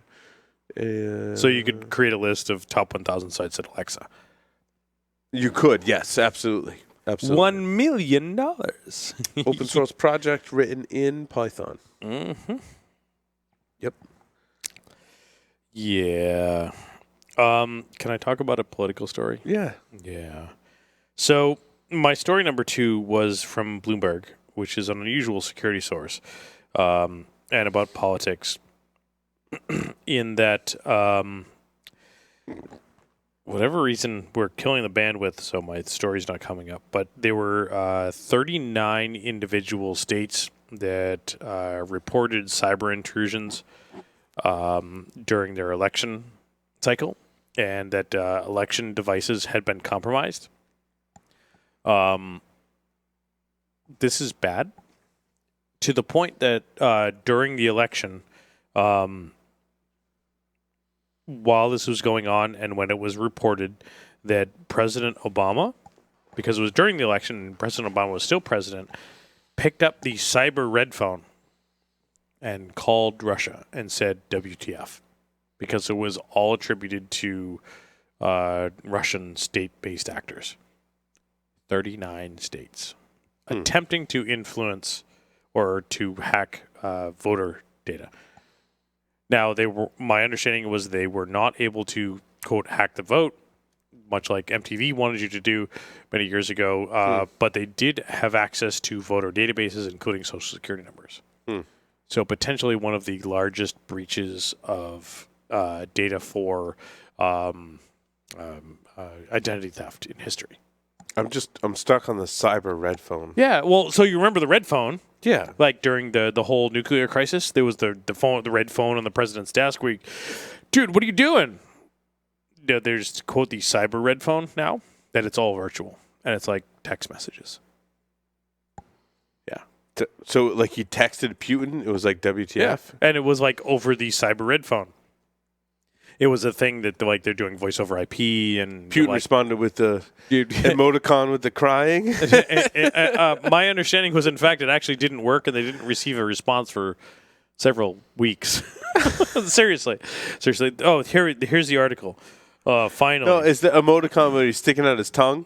That was what came back from Putin. It took 2 weeks for Putin to go. Pretty much. Yeah. So hey, it wasn't me, man. So these Russian hackers, they act on their own accord. I mean, they're living in the mansion that we provided, but they do whatever they want. So here it is. Damn it! Fucking autoplay media. Stop. I covered a story about that on Hack Naked News. So where is it? Illinois was the first folks to respond, but the cyber red phone thing. Let's see where it's here. The first test of a communication system designed to de-escalate cyber conflict between the two countries. The cyber red phone, not a phone, in fact, but secure messaging channel for sending urgent messages and documents, didn't quite work as the White House had hoped. Yeah. Let's see. The White House provided evidence gathered on Russia's hacking efforts and reasons why the U.S. considered it dangerously aggressive. Russia responded by asking for more information and providing assurances that it would look into the matters, or even as the hacking continued. Right. Yeah. So, early in 2016, a contractor who works 2 or 3 days a week at the State Board of Elections in Illinois detected unauthorized data leaving the network. Wait, 2 to 3 days a week? So did Putin get the message and be like, from Obama, you want a cyber? Wait, what? Yeah.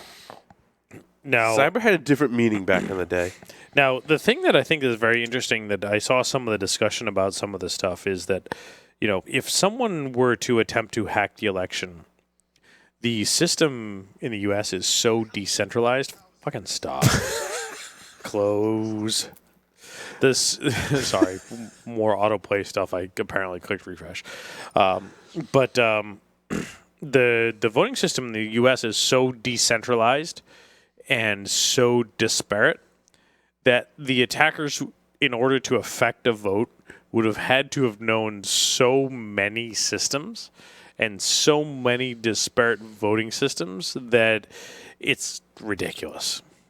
It's like you need to go do a pen test and do an internal pen test. In order to get domain admin, you need to understand how to hack 100 different systems. I hate to point to movies and TV. However, I can't help but be reminded of, did you ever watch the TV show Scandal? No. The first few seasons were actually pretty good. If you haven't watched Scandal and you want to, don't listen to what I'm going to say. I'll give you a minute to fast forward or whatever. So basically, the plot line that plays out in the first season or two is the elected president, it comes to light, has basically hacked the vote. But the way they did that was essentially insider threat. And since it was an insider threat, they knew which voting systems they had to skew based on the areas that they knew the president were going to be weakest, and it was basically like swapping out an SD card kind of thing. And it was a more physical attack, still a hack, but a physical attack. And I'm always reminded of that when we talk about hacking the vote, and that I think, although it's fictional, really truly being able to influence the vote requires a lot of insider knowledge, right? How many of these fictional attacks are we seeing on TV are based in reality? And I hate to say it, all the way down to CSI Cyber, fucking all of them. They all have some basis in reality. I don't know about CSI Cyber. But Well, no, CSI Cyber as opposed to what's that other one that we talked about with the Ethernet on the airplane? Runway? God, no, that's not even. That's not CSI Cyber. All of their attacks were based in Scorpion. Based in reality. Scorpion. I don't know. I haven't seen it. That's the one with the airplane. Yep. CSI Cyber were based in reality. Based loosely. Based. You get loosely based. As compared to Scorpion? Scorpion's purely fictional. That's fiction. I rest my case. The defense rests. Did you see, is it Breakthrough on National Geographic? Maybe. Hold on. I get the name wrong. It's Break, the one with Jason Street. And, yes. I haven't watched that yet. You haven't? But I heard they did Dude, I've been working 90 hours a week. For the last. Yeah, I know. The world's smallest violin. That's why I get paid the big bucks. And that's why I'm famous on the internet. But, so Jason Street did. And Jason Street, Akil? Khalil Hosseini. Khalil. And Darren Kitchen. Yep. Dude, why does Darren get all of it? Because Darren's awesome. Oh, well, he basically creates the user-friendly version of a lot of the hardware that lets you do all that stuff, for sure. So let me put it this way. Do you remember the day that we sat in a bar after ShmooCon with Darren and, quote, the other guy? Yes, I do. And talked about shows and how they started the show. And so, you, Darren, and I go way back, and, they're very much he was certainly at the beginning in 2005 when, They were there. Hack 5 was us and Hack 5, really. But they've certainly, like I said, created those user-friendly versions of a lot of the techniques that we've talked about over the show for some time. That's a great guest. They would be a cool guest. We need to have Darren and Shannon on together. Yeah, that'd be awesome. Open invitation. Yeah. And in the show, they basically break into a bank in Beirut, Lebanon. Yeah. Yeah. Yep. And it's pretty cool to watch. They also track another group of journalists that are pretending to be part of ISIS to collect information, passing that to authorities. Then they do some other hack. It's a really good show. It's really good. It's very well done. They spent a lot of time putting together those segments for sure. Yeah, for sure. Absolutely. And from what I heard, it was fantastic. I haven't seen it. Jason's like the star, though. He steals in the show. He steals the stage. I mean, they show if I could ever have footage of getting ready in the morning to go do a social engineering thing, it would look like what they did for Jason. He's got the watch and he's the suit and the whole thing. I mean, awesome. Jason so much plays himself down that it's unbelievable, and he doesn't realize it, but he's so well spoken, and he's very much a spokesperson for our industry. But what I realized about Jason, though, that was the amazing thing in this segment that I watched, and I encourage everyone to watch it and share it with all of your non-security friends, as I've already done as well, is that Jason is such a likable person. Oh, yeah. That it's not like the reason that you and I like Jason, because he's in security, and largely we talk security stuff with him most of the time. We talk about other stuff too, but like we talk security and we're like, well, I really like Jason. That aspect of his personality doesn't just translate to security stuff that we're talking about with Jason. When Jason walks into a place and people don't know him, they already have this comfort level with him, and it's just the way he carries himself. Dude, he freaking walks into a bank, and he walks behind the teller station and starts plugging USB keys into all of their systems. And I want to say that like out of all the branches they tested, only one branch challenged him. All the other branches were like, oh, sure, how can I? They were like helping him plug all of the USB keys in. And I'm like, dude, that like not everyone can do that. And I that's one of the things about the show. I'm like don't think that like any of us, like Larry and I, could walk in and like I don't know about you, Larry, like I couldn't walk in and pull that off the way Jason did. Yeah, well, like, that's a special. Let's put it this way: you could do that better than I could. No, you could based on our physical appearance. You know, that's true. Jason was dressed in a suit, but now that said, put me in a suit and I still look like a tattooed and pierced monkey. I mean, seriously, there's I don't know. We could give you one of those like neon green vests, which also in a social engineering setting mean you just get to do whatever you want. It's amazing how it's amazing how a neon green vest and a hard hat you can walk into like any building of any major corporation and be like, yeah, I need to just get in the data center. Like, oh yeah, let me get that door for By you. the way, both of those need to be dirty. Yes. You can't walk into brand new shit. Yes. I was talking to someone who was in law enforcement, DA actually, for a while. And he was like, yeah, it's like my, first day on the job, and, DA, and I get issued a revolver to, conceal carry and keep with me. And he's like, the person who was training me took the thing, and he's like, we got to go out back. He's like, why? He's like, you got to break in your gun. He's like, all right, I thought the training range was like in the basement or something. He's like, he took me in the back, takes my brand new pistol, obviously unloaded, right, and takes it and hucks it down the alley. And it's brand new pistol skipping in the dirt and the muck on the concrete. And he walks over and picks up and hucks it the other way on the other side, and like kind of like rubs all like the dirt in on it and grime and stuff, and hands it back to me. He's like, all right, now you can carry this undercover.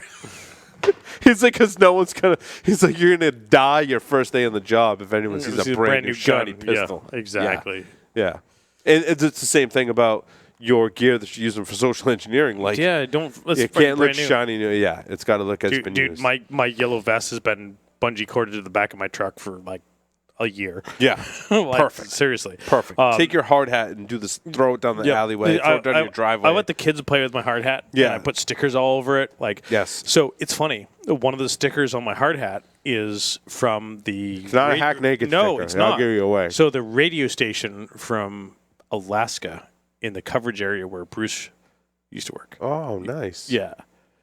Bruce. Schmookon Bruce. Yeah. Bruce Potter. That's awesome. So a number of years ago, they had at Schmookon, they had a bunch of stickers from all of the local Alaskan area. And one of them was the radio station on the and out they go with the kids. And kids play with it. And like I said, you can walk into any corporation in that hard hat and a neon green vest. Yep, it's one of those, like, those are the few, like, the kids are required to clean up their toys from the driveway and stuff when they're all done on the weekend. Daddy, we're going to put the, no, don't, I'll back over the hard hat. It's okay. Yeah, it's fine. It's fine. Yep, don't worry about it. It's turtle. Yep. So, yeah. No, it's great. I do encourage everyone to go watch that. Yeah, absolutely. And, full disclosure, Jason works for Pony. Yes. Pony's a sponsor, right? Yes, he does. Yeah, so just full disclosure, Jason's awesome, just in general. Buying pizza and Diet Was he work? I don't know if he was working at Pony when he did the segment. Yes, though. he was. Was he the whole time? Yep. He's been working on that for a long time, though. Yes. Yep. Yeah, they've been working on it for a long time. I've seen the evolution of Khalil. He and Khalil work on Facebook from working at the with this bank, and knowing the segment was coming. The segment got announced, and he's been working for Pony, I think, pretty much the whole time. So, Khalil's going to come on the show. He's pledged to come on the show as well. awesome. I spoke with him today on Facebook. Awesome. Yeah, Khalil's awesome. And, there's a number of episodes back where, like, we can't remember the guy from Israel that's like, it's fucking Khalil. Yeah. So, yeah. So, Paul, one other thing. No, I don't want to talk about it anymore. No, it's been more fun talking about not stories than it has stories. No, come on. There's one thing that's fun to talk about. All right, let's talk about it. Story number 3 for you. Hold on. Damn. Inside a porn pimping spam botnet. Come on. What episode goes by of Security Weekly that we don't talk about porn? Well, yeah, it tends to get our attention. What's interesting is, Brian Krebs says that for several months I've been poking. Now, Brian is awesome. We've had him on the show. Yes. And he makes some very subtle references. Innuendos. He's taking like a page out of Security Weekly for this post. Because here, get this. The title is Inside a Porn Pimping Spam Botnet. Yep. And I quote, his first sentence in the blog post is, for several months, I've been poking at a decent-sized spam botnet that appears to be used mainly for promoting adult dating sites. I mean, like, props for Brian for using the word poking inside of a blog post that has porn in the title. Yep. Like, dude, like, you're winning at the internet for so many reasons. That's just a very small one, like mine. I mean, anyway. Wow, but it works, right? But, like, adult dating sites, is that porn? That was my... That was the thing. I guess adult, he means erotic dating sites? Or is there a... I think adult and erotic are pretty much synonymous. There's a scale of dating sites, apparently. From, like, is there, like, a scale from, like, legitimate to... Dude, we're married and faithful, so we have no fucking idea. We're old and, like, married. I have no idea. We're old, we're married, and we're faithful. That's right. And so I don't know what an adult dating site is. Ladies, remember that. That's... Men... Remember that. This is the 2000s, right? So I don't really know what an adult dating site is. I thought of an adult as like you're an adult and you're going on a dating site. Like Match.com. That's like an adult dating or is like adult friend finder? No, one like Grindr. Grindr is that? But you should be on Grindr and I'd be You should be an adult if you're on an adult dating site, I would think. Or does adult adult is 18. But like adult movies are not like movies that adults watch. Adult movies have a meaning that like it's like an X-rated, like there's porn movies. Like adult movie and a porn movie, is there a difference? Is it a porn dating site? Is it a sex date? I don't understand. I think it depends on the industry. I don't get it. Oh no, you get it. You got 3 kids. Well, you don't get it at least 3 but times. You got it at least 3 times, right? That's pretty good for a nerd. He also says thanks to a tip from an anti-spam activist. Apparently, Cyber Erotica's. Now, see, when the parent company is Cyber Erotica, I get where he gets. Oh, wait. They stretches way back.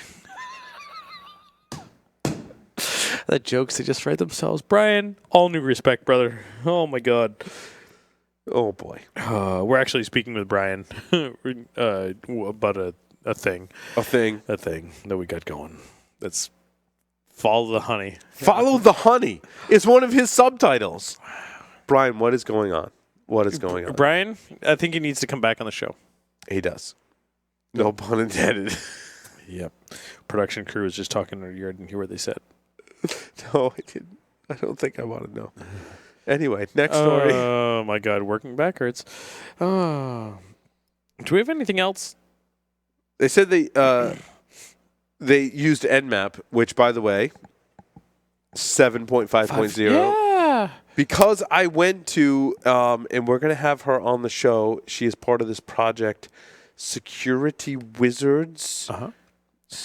It was very interesting while you're digging that up. Fyodor and I are friends on Facebook, And he said, here's a 7.5 release. I'm going to the park, and took pictures from Gasworks Park in Seattle, which is arguably one of my favorite places to go in Seattle, and then the Fremont district in Seattle as well is one of my favorite places there, to the point that we're actually considering relocating to the greater Seattle area. Of all the places I've traveled, being a traveling consultant, Seattle has, and the greater Seattle Pacific Northwest area has really grabbed us. So it's great to know that there are lots of great people there, and I think in fact Fyodor may have been sitting about in the same spot that we had pictures taken with the family, because it's fairly famous. Security Wizardry, securitywizardry.com /radar. I'm just told this was 55 minutes, and that's okay, because we're going old school in this episode. We're totally old school for a lot of reasons. You got to go with the gold front sometime. securitywizardry.com /radar.htm is a site that I was actually working on building. Like, I wanted to collect all of my security news. Is this the Pew Pew map? Pew Pew? Pew Pew? Pew Pew? Pew Pew? Is it Pew or Pew Pew or Pew Pew Pew? Pew Pew Pew map, like where the threat's coming from and where they attacking? No, but it's more about the security alerts. So, like, what software has vulnerabilities, the security news. They also have a section for virus news, latest tool versions, which is where I picked up that Nmap 7.5 came from today, June 15th. Was 7.5.0 was released today. Latest IDS signatures. They've got an app for iOS and Android that can get this, and they show pictures of this like running in a lot of SOCs run by the government and stuff like that. So it's like the kind of anti-Pew Pew map. It's anti-Pew Pew. Interesting. Yes. Huh. So I thought it was really cool. And Cool. I wanted to tell people to check it out. securitywizardry.com, and we are Pew Pew map. hopefully in my barrage of direct messages and tweets and Facebook and all that stuff are going to have the person behind that on the show. Excellent. That's all I had. Cool. On that. What's You got anything else? stories? Yeah. You got anything security news related? We talked about security, but I think that's really it. I just wanted to can I give a shout out on the show? Yeah.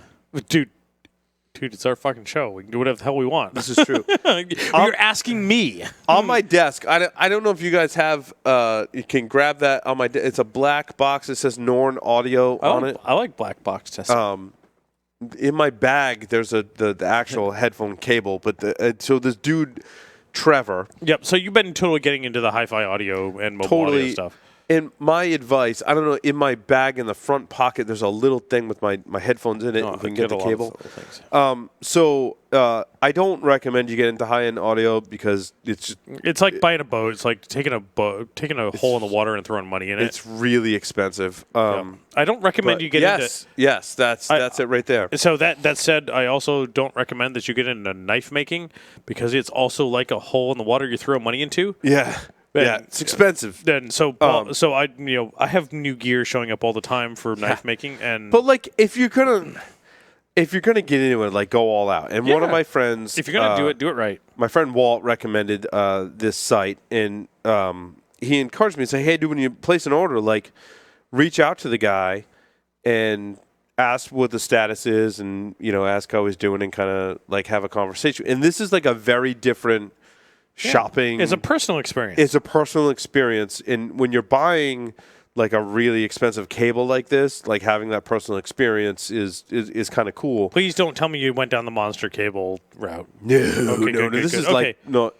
Well, what's interesting is all of the things that we've said about monster cable and those types of cable in the past, if what you have on either end of the cable is of the quality that can take advantage of the quality of the cable, then it matters. Other than that, you can't hear the differences. But now that said, the cable that passes ones and zeros will always have the same ones and zeros. But, however, if what the output is on the end of that cable and what is on the input of that cable is of really high quality. And what's on the output is really high quality? Yes. What's in between, Yep. you'll hear the difference. Okay. I shit you not, dude. Like I can hear the difference in the cables. Okay. So Trevor turns out I'm half tone deaf, so yeah, you're not going to be able to hear the difference. No. But so Trevor from Norn Audio, turns out Trevor used to work in IT. I've ordered 2 custom cables from him. And I just wanted to make a note about how awesome Trevor is and give him a shout on the show. The packaging is unbelievable. It comes in like a box with his logo on it. It's like a ritual when you get the cable. You have to cut open the sticker. Inside of it, he gives you like the eyeglass cleaning thing that wraps the whole thing. And then on the inside, it's in a static bag.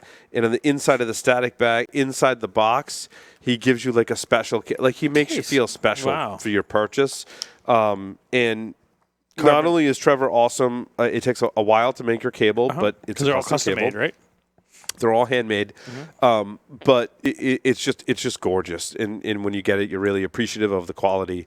And since Trevor was in IT, the reason we got started on that was the first cable I ordered, I said, kind of color-wise, I was choosing colors that matched the Security Weekly logo. My other cable for my other headphones is actually black and red. Nice. And he's like, I looked at your website. It's like I used to do IT and all this stuff. And he's like, I do audio cables now. So I just wanted to give him a shout out because he's a fellow person in IT who's pursuing his passion in cable. So if you're into high-end audio stuff, I highly recommend you go to Norn Audio, Norne, Norne audio.com and order a custom cable from Trevor. It's worth the wait, and you will get just the most amazing cable ever. Nice. Ever. So my recent hobby that Mr. Mike Poor of You're like that's like making swords. And stuff. Well, I haven't been making swords, but Mike's been making swords, and I get to go out and spend some time with Mike, and I got to make my first knife,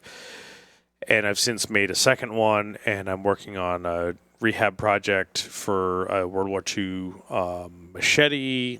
Nice. And my oldest daughter wants to make a neck knife, and it's been totally awesome. But you saw my first attempt at a knife. Yes, and cool. that was with Mike, and I'll show you this picture. But this is my second attempt at a knife.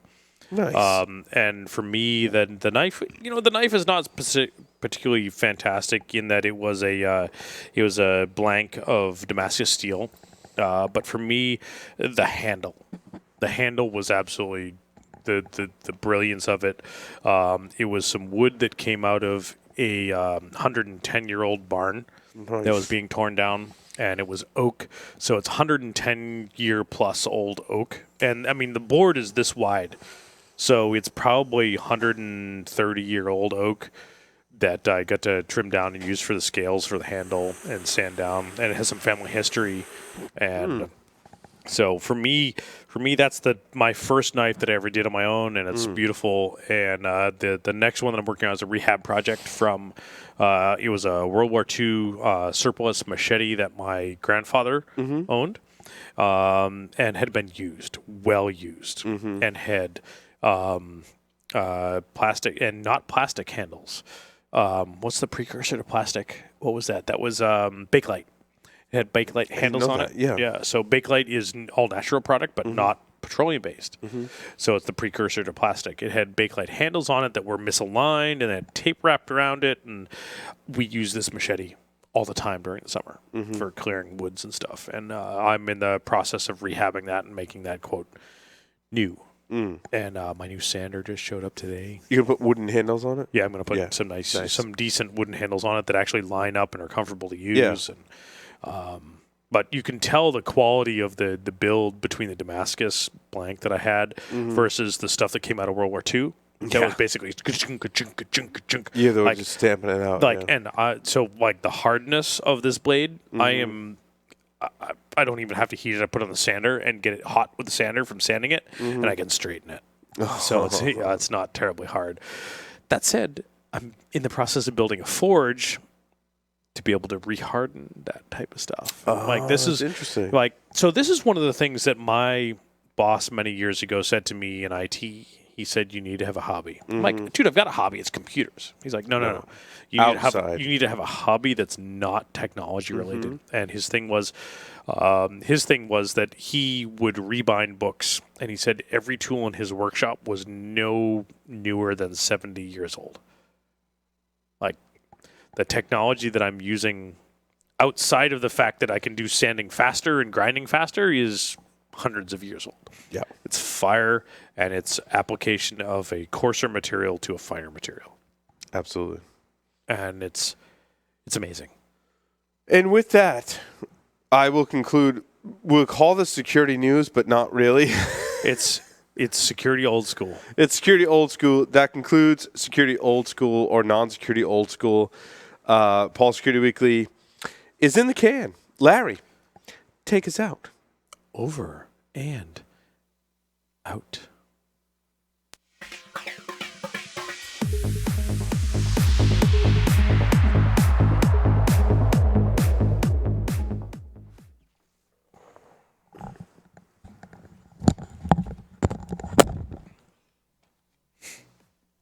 You know what's awesome though?